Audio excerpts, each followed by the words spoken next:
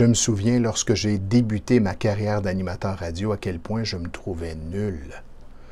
À l'époque, il y a plus de 34 ans, les standards étaient élevés. On devait avoir une bonne diction, une bonne voix, de bonnes techniques de communication, un bon vocabulaire.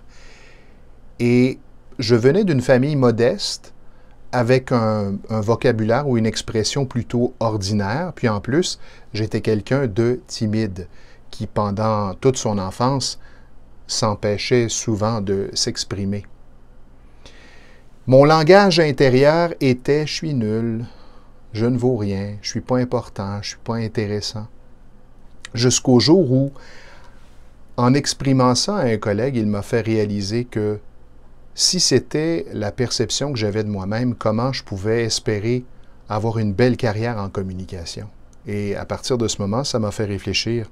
Et je me suis mis à observer mon dialogue interne et à le modifier. Je me suis mis à observer les bons coups que je faisais avant les coups, j'allais dire les mauvais coups. Ça, j'en ai fait, mais plus jeune, mais disons les moins bons coups. Et je me suis mis à observer de plus en plus ce que je réalisais, ce que je réussissais et à me sentir bien, à être de plus en plus fier de moi, tout en me fixant des objectifs d'amélioration pour les étapes suivantes. La qualité de votre dialogue interne va drôlement influencer votre estime personnelle et votre confiance en vous.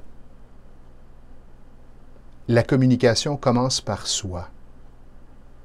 Vous, qu'est-ce que vous vous répétez tous les jours?